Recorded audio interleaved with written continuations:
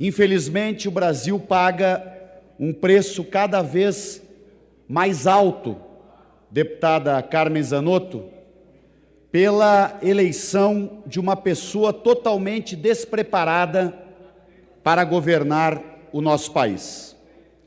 Qual é o balanço sintético do governo Bolsonaro e o impacto, o prejuízo que este governo causa para a vida de cada um dos brasileiros e brasileiras?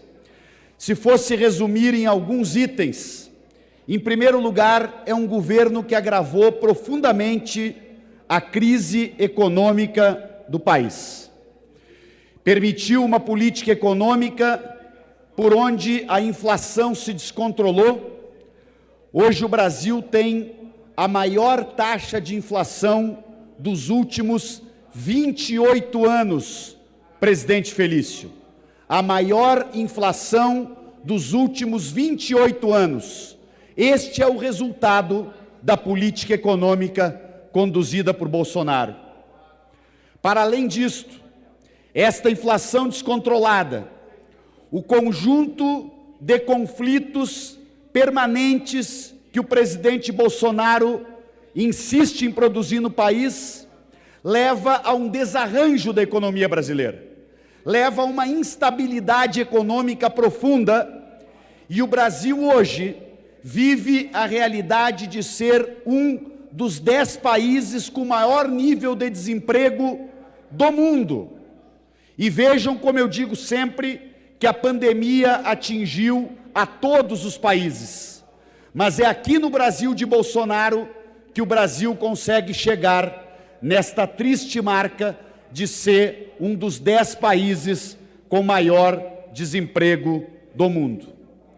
O presidente conduziu de forma irresponsável e criminosa o enfrentamento da pandemia.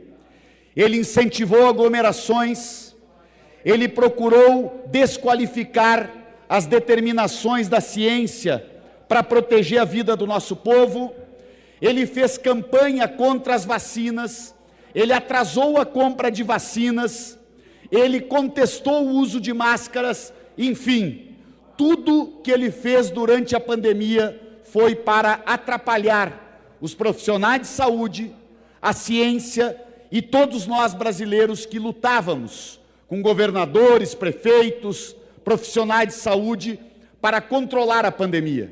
É seguro falar desta tribuna que centenas de milhares de mortes de brasileiros e brasileiras foram causados por Jair Bolsonaro e pelo seu governo, que conduziu com toda esta irresponsabilidade o enfrentamento da pandemia. Levou esta crise econômica e esse desgoverno devolveu o Brasil para o mapa da fome. Hoje, 19 milhões de brasileiros passam fome grave e 116 milhões de brasileiros vivem situações de restrição alimentar que precisa ser enfrentada. O Brasil de Bolsonaro é o Brasil da fila do osso, é o Brasil de um povo empobrecido, de um povo que passa fome e de um povo que perde esperanças num futuro melhor. Mas ele vai além.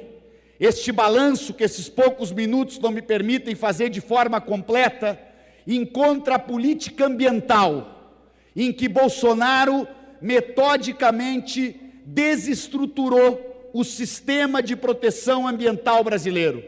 E hoje, amplia-se a cada dia o desmatamento de terras indígenas, a tentativa de abrir espaço ainda maior para o garimpo em terras de preservação. O Brasil é um país desrespeitado no mundo inteiro. Este é o 6º grande impacto negativo deste governo, deste desgoverno Bolsonaro. O Brasil não é ouvido por mais ninguém. O Brasil não influencia mais nada. O Brasil perdeu a sua capacidade, ele que é um país enorme, que pode ter muita influência no cenário internacional. O Brasil virou, como dizem analistas bastante criteriosos, virou um pária nas relações internacionais. Agora, este governo, ele é bom em uma coisa. Este governo é o governo da mentira. Este governo é o governo das milícias digitais. Este governo é o governo que protege amigos e, especialmente, uma das grandes prioridades de Bolsonaro é permanentemente usar a caneta de presidente da República para coibir investigações, para perseguir quem investiga seus amigos e, muito especialmente, quem investiga os seus filhos e a própria família de Bolsonaro. Digo desta tribuna que o senador Flávio Bolsonaro deve explicações ao país, porque com o salário que ele recebe, jamais poderia ter comprado uma mansão em Brasília que vale mais de 6 milhões de reais. Esta compra é uma compra claramente marcada pela lavagem de dinheiro e pela ilegalidade. E o senador Flávio Bolsonaro até hoje não mostrou as fontes de onde vieram esses 6 milhões. Bolsonaro, nesta cruzada para desestruturar os mecanismos de investigação no país, chegou ao ponto de escolher um procurador-geral da República que não estava na lista tríplice e que hoje é um dos grandes esteios de proteção, infelizmente, a Bolsonaro.